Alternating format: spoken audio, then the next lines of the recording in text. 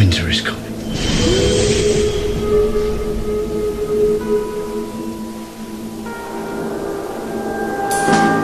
This is The Weekly Set, the official podcast of TVEnthusiast.com, with your hosts, Tyson Gifford and William Roerick.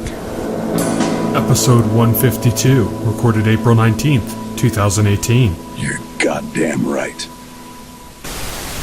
Hello, everybody, and welcome to The Weekly Set, the official podcast of TVEnthusiast.com. I am your host. My name is Tyson, and joining me today, as always, is my partner in crime here at TVE, William Roerick. Hello. So, today we are going to be talking about Legion, as we did last week. But first, we're going to be talking about Lost in Space. Now, Lost in Space hit Netflix the entire season, as is always the case with Netflix, but we're going to be talking one episode a week.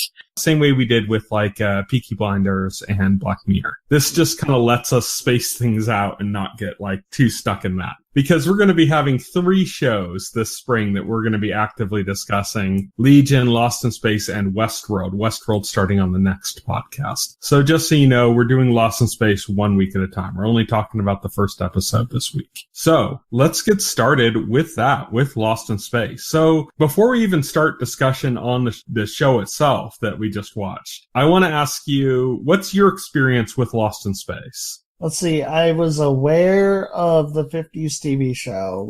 You knew the baseline stuff, like Danger, Will Robinson, and yeah, like Robbie the Robot, and just the basic premise of the show. Mm-hmm. And I don't think I've actually ever seen an episode. Just random clips from people TV shows referencing it or something. Mm-hmm. But I did watch the movie that came out in the 90s with Gary Oldman and Lacey Chabert. Yeah. Yeah. And I did see that, and even now, I don't remember too much from that movie.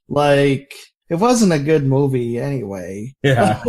So you get the idea, though. It's kind of like a Smith Family Robinson kind of thing. Family Robinson in space. In space, and then you have the robot that's protecting the little boy, Will Robinson, and then you have the kind of the doctor that's kind of you don't know if he's good or bad, kind of, that borders that kind of line, and Dr. Smith. Yeah, Dr. Smith.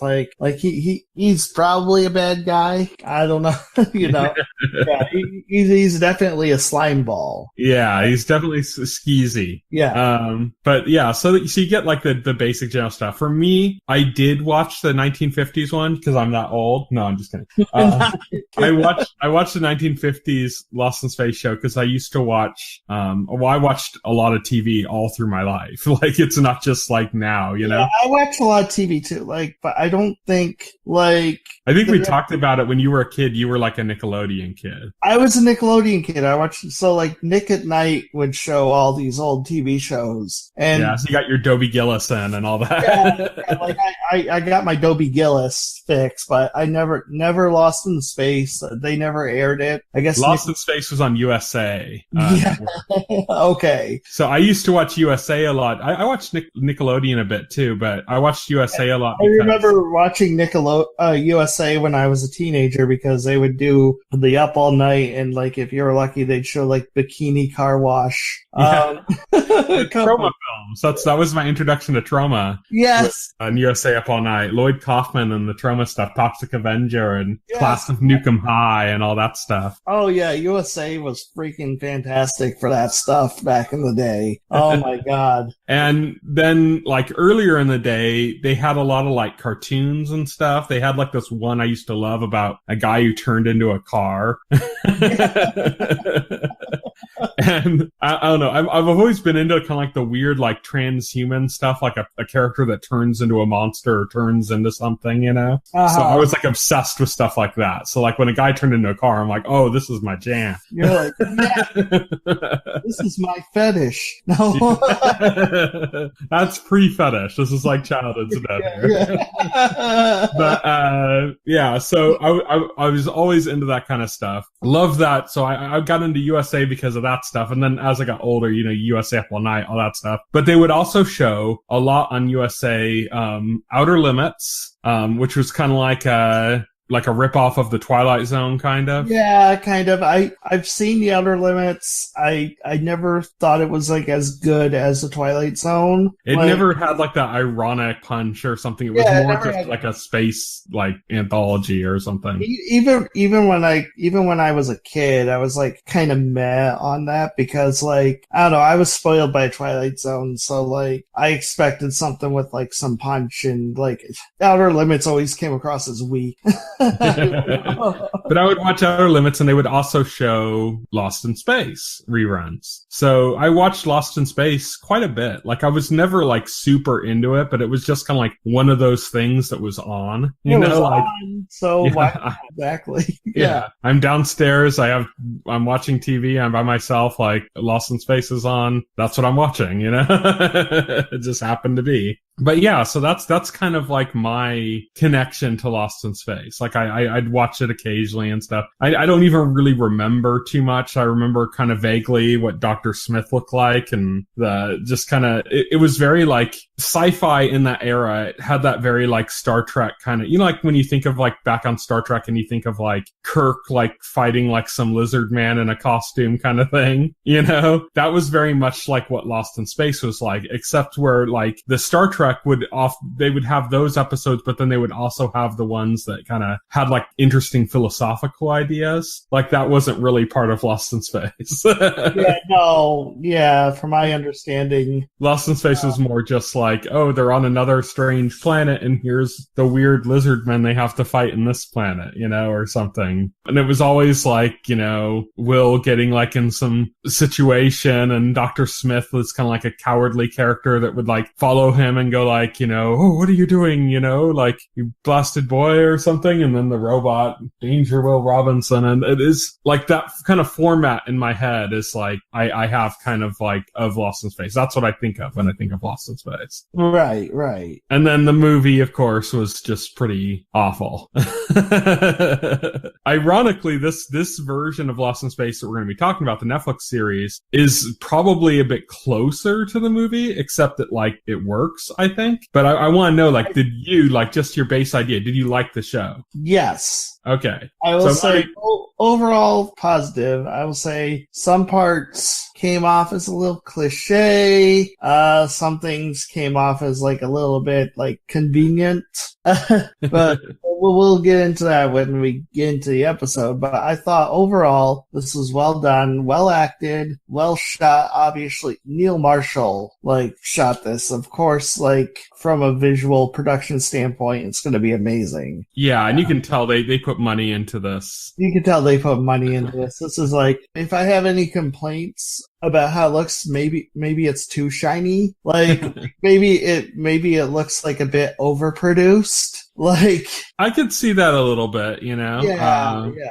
That was part of the problem with the movie, right? The Lost in Space movie, but that was also that era. That was also that era of cinema remakes where it was the 90s. Like everything had to be super shiny and everything embossed. Embossed. Yeah, exactly. But I definitely liked this take on Lost in Space. I liked the way they portrayed like a family kind of that's not necessarily like all wholesome and all together. Like this isn't Seventh Heaven in space. No, like this family has issues. Yeah. There's some that are kind of like right up on the surface, like the fact that the father is in the military and is constantly deployed and can't tell anybody where he is, and the kind of strain that's had on the family. But then there's other ones that are kind of like more subtle, like one of the daughters is black. So how did that happen? Like is she adopted? And they don't address it. So it's kind of like I assume adoption.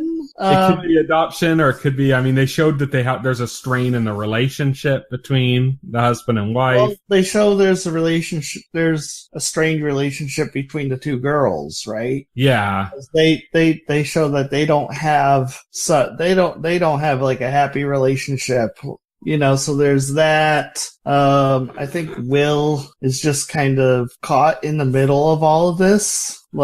Yeah, Will's kind of like, I think, the audience representation and for a big part of it. A big part of it, yeah. We kind of see things through his perspective, where he's not as much of a wonderkind as he was in like the original series. He's kind of like more kind of like normal, I guess. I mean, like, I wasn't that smart when I was his age, I don't think, but still. I don't think I would have come up with the methane thing when I was his age. That girl would have died. Yeah. And then like, oh well. Yeah, whoops. But there's definitely like that aspect where they're making him like seem like less of this like insane wonderkind child, where I think what they're doing, where they're showing that he's still so smart, is that everyone's really smart, because basically something happened that forced everybody to get really smart, Right. Like, he's hyper intelligent, but like everybody else in his family is also hyper intelligent. So it doesn't make him unique in that regards, right? Yeah. If there's a dum-dum, it's probably the father, who's like, he doesn't have to be smart because he's like a military man, Yeah, he's a military man. He doesn't have to be like a super genius. And in fact, he comes off he has his own set of skills. Yeah, exactly. He has his own set of skills. And because everybody is so smart, there's like a bit of technobabble, thrown into it. Not as bad as your typical Star Trek episode, but yeah, they're, smart family all around. Lots of smart people in this future. Basically, like, an event occurs. We see flashbacks. It's kind of taking, I guess, a bit of like a Lost approach, except less individual character focused, where it's kind of, it'll show the kind of present, and then it'll have like a flashback and give you some more context into like the relationships of the characters that were previously interacting in that scene. Yeah, they take the same tact as Lost, which is to do flashbacks to kind of fill in the backstory and fill in like some pieces, of what's going on. I think that's kind of good, because when you have a show where people are isolated from the world and you can't have a lot of like other characters pop up and stuff, flashbacks is going to be a good mechanic for showing these people's terrestrial lives before. Right, exactly. It is. And relationships they had before, like possible boyfriends for the girls and things like that, that are gone now, but that they can draw like life experience from and show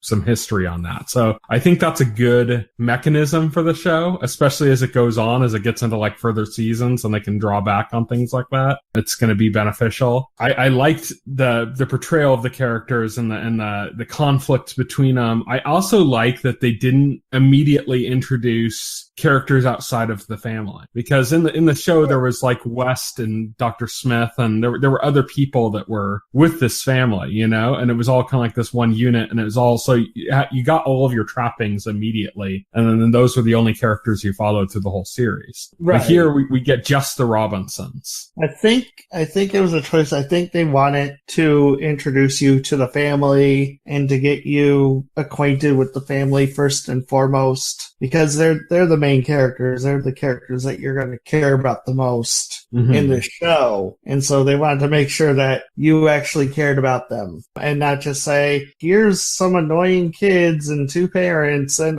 Dr. Smith, and there's a robot.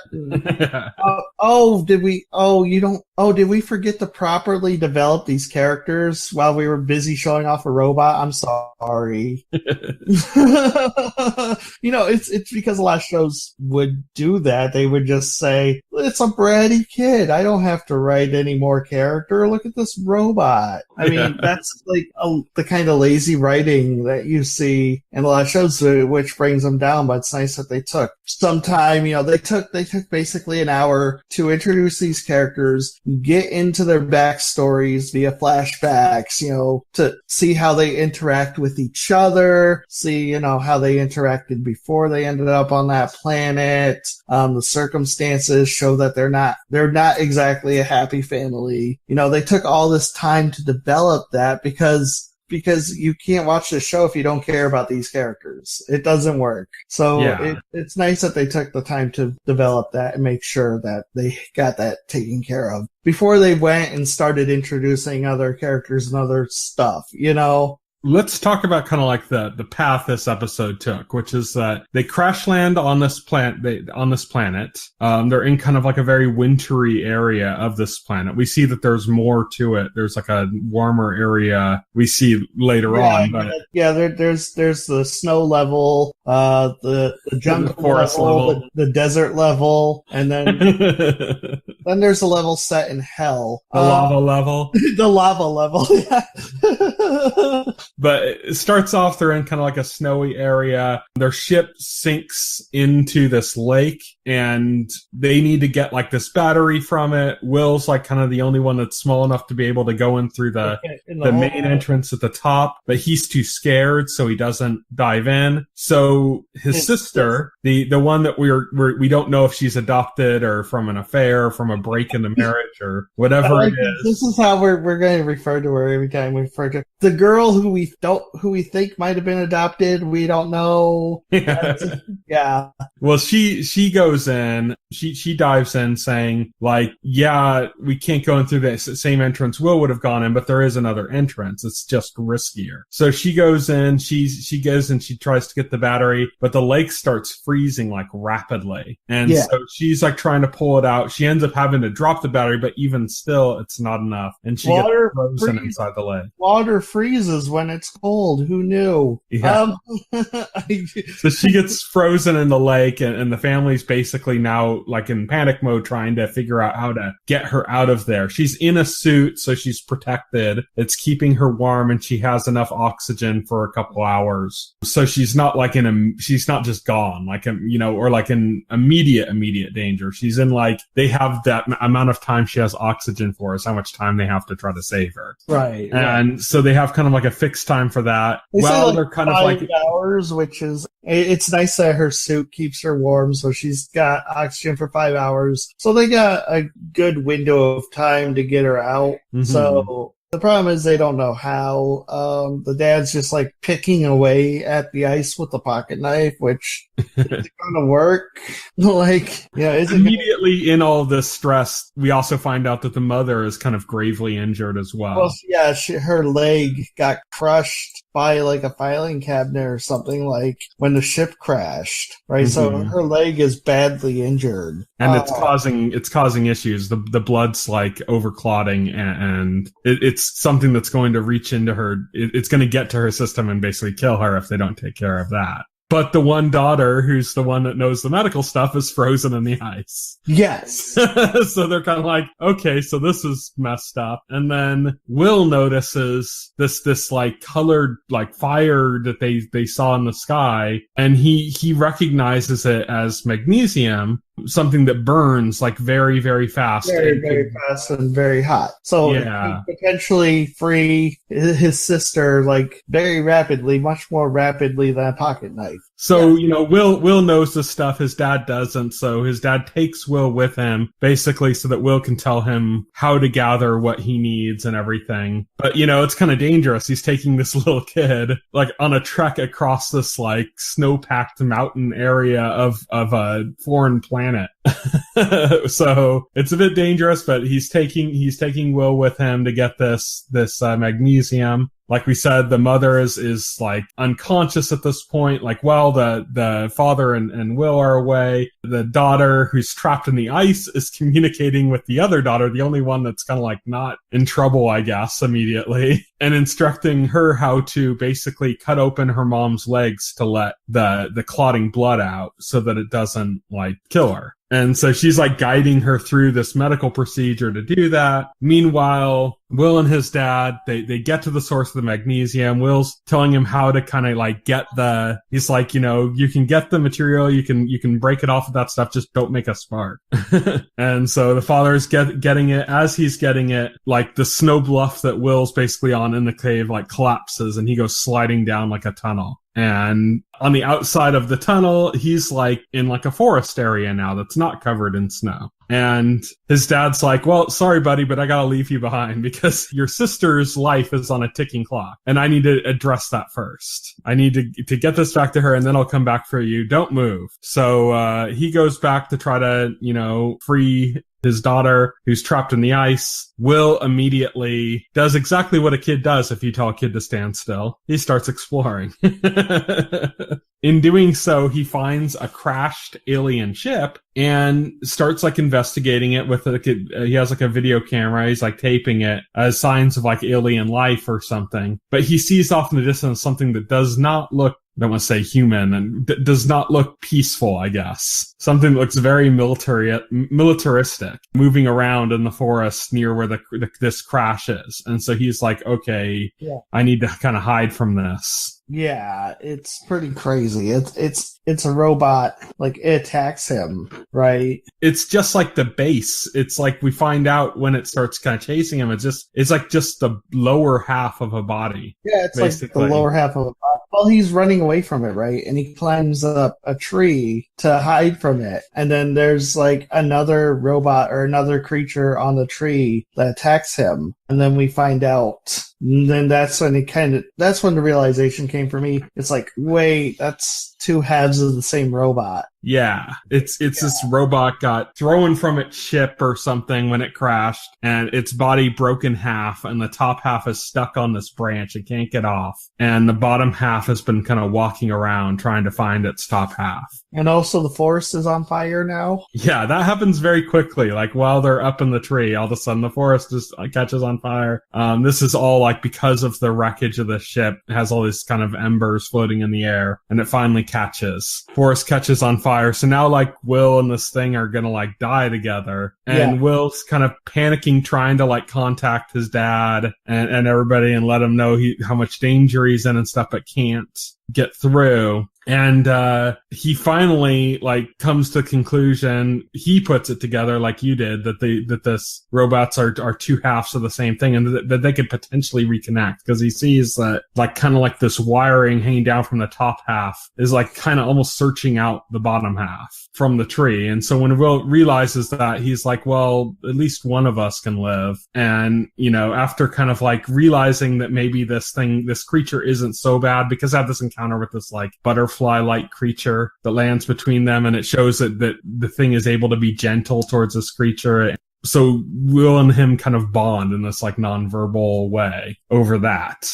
and the fact that they're dying together. They're no longer kind of at odds with each other. So Will ends up, sawing the end of the tree to get to drop the upper half of this body so that the lower half can get it and get out of there. Meanwhile, they're using the magnesium to get the daughter out of the ice, and it doesn't really work, right? They almost get there, but then, the ice freezes up again. Yeah. And it starts raining. That's the big problem is, it starts raining, and it's putting out the fires that they're using, and then it just worsens the situation. Of course, when it rains, it gets colder. And then they're running out of time. She's running out of oxygen. They can't get to her, and it's looking like it's going to be a fatal situation. And then Will and his new robot buddy show up, right? And we should hit before there was a really kind of cool moment where the robot saved him, and then the robot kind of had this weird, it had 4 arms, Oh yeah, and this very kind of warlike look to it. It kind of transforms. It changes shape or something, which I guess it has multiple different modes. It's it scanned Will and then came up with a form that was closer to a human body. Yeah, to a human body. Yeah. So Will shows up with the robot, and then the robot looks and says the famous line that we all wanted it to say. He says, "Danger, Will Robinson." Uh-huh. And yeah. And it goes about basically solving all of their problems. Yeah, it's a literal deus ex machina, right? I actually said that when I was watching it, when they kind of got together and it was all of them sitting there and they had the warm moment where it created the campfire for him, And yeah. And I'm naming him Deus Ex Machina. Because literally just saved them all. So you're wow, okay, so this robot's the savior of this faction of mankind. fine and everything's great. Well, maybe. Well, everything's great. We flash back. I assume this is a flashback. Yeah, it's just like however many hours earlier or something. Yeah, it was like right before the point at which the series opened. So we see like another ship, right? And we see that it is in peril, is under attack. There's a robot that looks very similar to the one that just saved the Robinson family. Well, it's not another ship. It's like the base ship that all of the Robinson ship and all the other ships were docked at. Oh, gotcha. Okay. So it's the base ship. So we see it's being attacked by a very familiar looking robot. Just being destroyed. I mean, it's just like mowing through people. It's just mowing through people, destroying people, and everything is in chaos. And we see this guy. He is just like collapsed on the floor, like just sitting there, like all bloody and exhausted. And then we see like on his label, we see on his coat, we see a name tag. It says Dr. Smith, right? And when we see this woman next to him, and she kind of like played by Parker Posey. Yeah, played by Parker Posey. She steals his jacket and like just ditches him there, right? And basically what she does, I guess she uses his credentials to like get into an escape pod. And there's these other two people who I don't know who the hell these people are, but like they're trying to hide because they see that everything's going down, and so they see one of the ships, and they're trying to hijack it to get out of there. Yeah, they're trying to hijack the same escape pod to get out of there. It's not an escape pod. It's like one of the ships. It's like the ship that the Robinson family had. Okay, because so they're all docked there. They're trying to steal a ship. So what happens is, Parker Posey comes and she opens it in front of them. And then, they think she's just going to take it and ditch them. She decides that she's going to take them. And then they ask, I don't know, they say something like Miss or something. And she just says, call me Dr. Smith. Yeah. So that's kind of a twist we've gotten on that now, is that they gender swapped Dr. Smith, but it's also not Dr. Smith, actually. Yeah, it's not Dr. Smith. Like, they did, but they didn't. Yeah. Right? It's somebody taking the guise of Dr. Smith.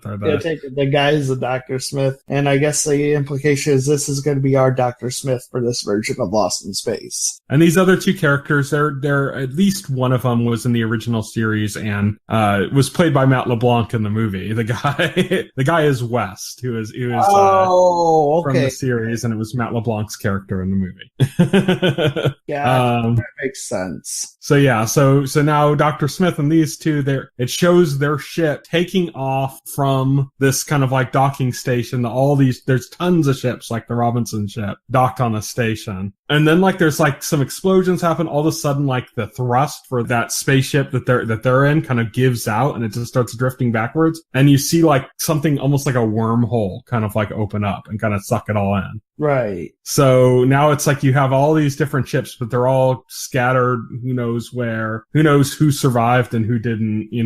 Obviously, they're not going to introduce Dr. Smith and West and all these characters and then just immediately kill them off. So somehow they're going to like get back into the mix with everybody. But besides that, just basically a whole travesty brought about by this robot that's exactly like the one that Will Robinson has brought back to his family. I guess what we're supposed to think is this is some kind of an artificial species or something. Maybe controlled by another species, maybe representing another species, as it kind of scanned Will and took on a human appearance. So maybe that other appearance it had was the appearance of another alien life. We don't really know. But that's basically how the first episode ends. That's how it ends. Yep. So yeah, I mean, I'm looking forward to watching more. The only thing that I kind of I think disliked a little bit was just how much of a Deus Ex Machina the robot was at the end. Yeah, that I agree. That's why I said some things were a little too convenient. I figured it would save the girl from the ice, that kind of stuff. It would kind of make sense. But then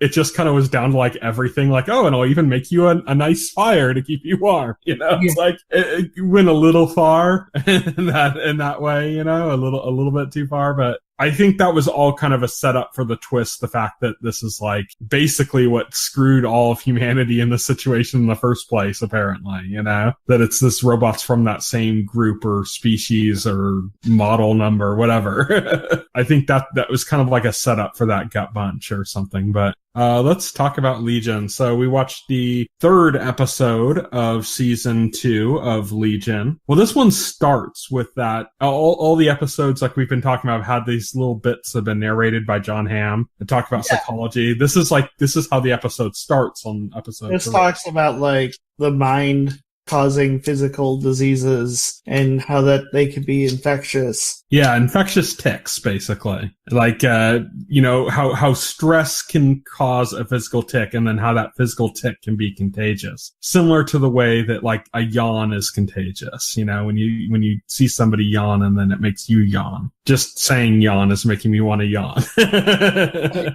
But it's basically approaching that, and it does it through like a cheerleader whose family is like in a big fight, and it's very stressful, and she's freaking out, so she develops this tick. Then the other cheerleaders start developing this tick, and then eventually it's like just all over the place. Well, yeah, so that's the point that they're trying to make. It leads into it's basically referencing the disease that they introduced in the first episode, which is like everybody with the chattering teeth, right? Mm-hmm. So we actually find out this episode what the deal with that is, what's causing that. It's surprisingly not the Shadow King. Yeah, it's not the Shadow King. The Shadow King has a tie to it. His tie being, at the very least, being that is tracking this monk and trying to find this monk to get his body back, and the monk is the one that's causing this, that's contagious with this tick. But it's also, there's an implication that it actually might come from the Shadow King, because the Shadow King's been terrorizing these monks that have his body, basically. Because we see this little flashback of like, we see the Shadow King basically sitting with 2 women on each side of him, and you can see in his glass, like his sunglasses, you can see basically like the chalkboard version of the fight between him and Professor X that we saw in the first season, when it was being explained to him. We see that basically being reflected in his sunglasses, and then he just falls forward into his plate, unconscious, And the idea is that that's the point in which he lost his body, basically, when he was trapped by Professor X. The idea being that he was fighting this battle not like face to face with Professor X. So they were just like in completely different locations. Right. Psychically battling. Psychically battling, yes. Justine, he's just sitting there like a restaurant at a table with like a girl at each side of him, and having this battle. He loses, his body drops. These monks come, they seal him in this like egg-shaped casket kind of thing, and they lower it into like the deep depths of this like monastery thing. Mm-hmm. And they're like guarding it basically, but it's like making this thumping, like it's like trying to get out, and it's driving everyone in all the monks insane. They start like cracking up, they start killing themselves. All kinds of bad things. This monk that they've been trying to find that knows where the Shadow King's body is like, one of these monks. Right. He's one of these monks, and he's mad too. So, I mean, there could be a case made that this tick thing actually does come from the Shadow King, but it's like a disease that this monk is now carrying, Yeah, it's a disease this monk is now carrying, and he infects everybody he comes across. Basically, what happens is he arrives at section 3. Yeah, he was in with the bodies, with the chattering. Yeah, he was in with the chattering bodies. He escapes, and now he starts spreading it all over the place, all over section 3. And basically, Legion, after having a talk with Farouk, right? He has a brief discussion with Farouk, asking Farouk, if he knows where the monk is. Because he's trying to figure it out. He's also getting messages from his girlfriend in the future, right? Yeah, like one letter at a time. Like one letter at a time throughout this. But basically, Legion, he comes across all of his teammates, and they're in that chattering state, and he has to psychically release them. Except Carrie. Yeah. Carrie, he comes across, is not. Yeah, Carrie seems to be the only person not infected that he comes across. And so then he goes and he helps them one at a time. He finds out he can enter their mind, and in their mind he can forcibly wake them up if he encounters their psyche in their mind. Right, but the problem with that is each one is like a puzzle that he needs to solve. Mm-hmm. Like the first one is just a garden. It's a garden maze, but they kind of enter it right at the entrance, or right at the center. So it's easy. They're able to quickly wake him up. Yeah, they're able to wake him up. They just, the problem there was they just had to figure out what's going on, right? Yeah. So once they figure it out, they wake him up. The second one, it's Melanie, and it's set up like one of those old, like Zork. Like Zork, yeah. Which is like really cool. It's really cool how they do it too. It's this text-based adventure game. It's really visually appealing the way it's put together, the whole sequence. Yeah, he's trying to get through it. He's getting frustrated. He's like, I don't have time for this shit. Yeah. Melanie just come out. Finally, he ends up typing something that is in reference to something that Melanie told him about her and her husband. I can't think of his name right now. The one that's the Shadow King has right now. And he just straight types that into the key into the prompt instead of typing like look around or something. He just literally types out what she said, and that brings her forward. She comes forward to him, and he's able to wake her up then. But then as they're going around, it's like, he finds his girlfriend. She's got the chattering thing. Carrie finds the other Carrie. She's got the chattering thing. The monk's been walking around with like those kids that are apparently immune to it and have guns. Just more weirdness on Legion. He's kind of like controlling them, not through the chattering thing, but through like kind of like a Pied Piper thing, because he's able to like hum this melody or something that kind of controls people. Right. We see he's kind of like destroyed the area where the Japanese guy with the basket on his head is, who has the the mustached lady robots around him. Yeah. Like he's kind of like incapacitated. The robots are incapacitated. Seems like this monk is like completely taking control. Mm-hmm. Right. And so Legion, he kind of like teleports himself and the monk to like the rooftop of the building. Legion confronts the monk. And they have a conversation. Basically, the monk tells Legion, that there's a monster coming. Mm-hmm. Like there's something horrible, and that like reuniting Farouk with his body is not a good idea, and all this. And then the monk ends up killing himself. Yeah. Well, Legion is basically like, just tell me where the body is. I swear I won't do anything. And the monk's like, I can't trust you. And he kills himself, kind of ending that thread of like how he's going to find him. So now it's like, okay, well, now what are they going to do?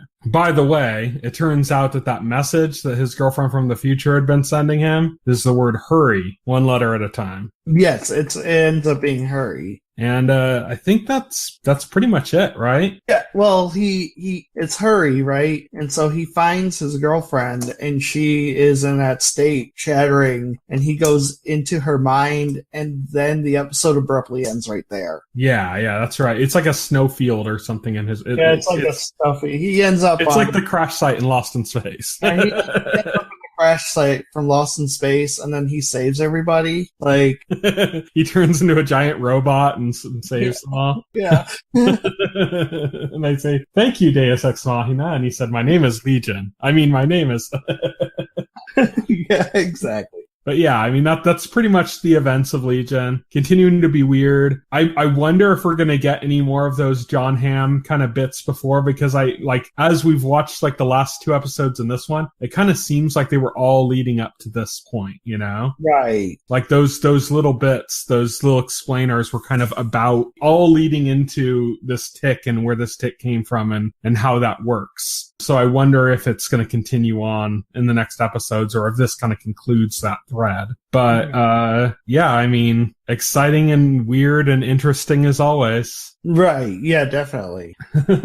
It does kind of end a bit abruptly with him like going into his girlfriend's mind and encountering the Robinsons. Weird corporate synergy between Netflix and FX here too. It's very strange. Yeah. Very. But how are you feeling about the series in this season so far? We're 3 episodes in. Oh, I'm loving it. It's great. It's fantastic. That's the thing for me is like, I feel like it's got like a bit of a more focused story in the season than it did in the first, but even if it didn't, the show is just so compelling just in the way it's presented that like I could just watch them babble on about nothing and it would still be entertaining. It's kind of like whenever you see like a singing competition, they always mention like, you could sing the phone book and it would be great. You know, it's like, it's basically the same thing. Right. It's like Noah Hawley could film the phone book. The phone book could be their script and it would still be entertaining. Right. Just because of the way that it's presented. So yeah, that's Legion. We'll be talking about more of that next week. But until then, here's what's coming up in the week ahead. So by the time this podcast is available, Friday, April 20th, 2018, Agretzko comes to Netflix. It's an anime series, as does Spy Kids Mission Critical, based on the movie from Robert Rodriguez, this family movie. So on Saturday, April 21st, 2018, The Letdown comes to Netflix. Then Sunday, April 22nd, 2018, Into the Badlands comes to AMC. And the big one, Westworld, back on HBO. Then on Tuesday, April 24th, 2018, The 100 returns to CW. I'm psyched for that too. Man, there's so much good stuff on right now. It's going to be hard to keep up. Yes. Then Genius is back on National Geographic. I believe this is the second half of the Pablo Picasso season. Or it's the start of it. I thought it already started. I'm not sure. Anyways, Wednesday, April 25th, 2018, the most depressing show apparently on television, The Handmaid's Tale, returns for its season 2. This is one I never got to watch, but it basically got like all the critical praise last year, and it won I believe the either the Emmy or the Golden Globe or both for TV drama. So it's coming off of a big prestige run for its first season. Second season is apparently even darker. So I don't know how you can get much darker than that, but we'll see. People seem to love that show. I know my sister's going to be excited about it coming back. Brockmire's back on IFC, Archer back on FXX, and Psychokinesis, which is a foreign series, back on Netflix, or starting on Netflix, I should say. Then Thursday, April 26, 2018. That's my sister's birthday, actually. So one of her favorites, The Handmaid's Tale, is just a day before. She'll be excited and a nice birthday gift for her. But one show she does not watch that's coming back on her birthday is Quantico on ABC. And then the next day, Friday, April 27, 2018, 3 shows for Netflix. 3% returns, The New Legends of Monkey debuts, and Bobby Kennedy for President, which is like a documentary series, starts on Netflix. But who's going to be caring about any of that, because on that same day, not related to TV, Infinity War. Yes. So that's all anyone's going to be talking about. I don't think anybody's going to be talking about 3% when Infinity War comes out. I got to figure out how I'm going to see that soon. Yeah, you don't live near a theater that has that, huh? No, I don't. And this is like must see. Yeah, so. This is a you have to like plot a day of travel for this one. Yeah, exactly. Next week, we're going to continue our discussion of Season 2 of Legion and Netflix's remake of Lost in Space, what we talked about this week. And we're also going to begin our discussion of Season 2 of Westworld. So we're going to be covering 3 shows simultaneously. So look forward to that. You can reach me on Twitter. I'm at Tyson Gifford. You can reach Will. He is at Voxel Hero. You can check out our Facebook page and our YouTube channel, as well as our site, TVEnthusiast.com. You can subscribe to the podcast through any major podcast client like iTunes or Pocket Cast. And the entire backlog of our podcast is available on our YouTube channel. So if you want to go back through the archives and see what else we've talked about over the years, that's where you can find them all. So thank you, everybody, for listening. TV Enthusiast tuning out. Good night. If you would like to voice your opinion, send an email to theweeklyset@TVEnthusiast.com. TV Enthusiast is a part of the Enthusiast Media Network. Stay tuned to TV Enthusiast and the Weekly Set podcast for more coverage of all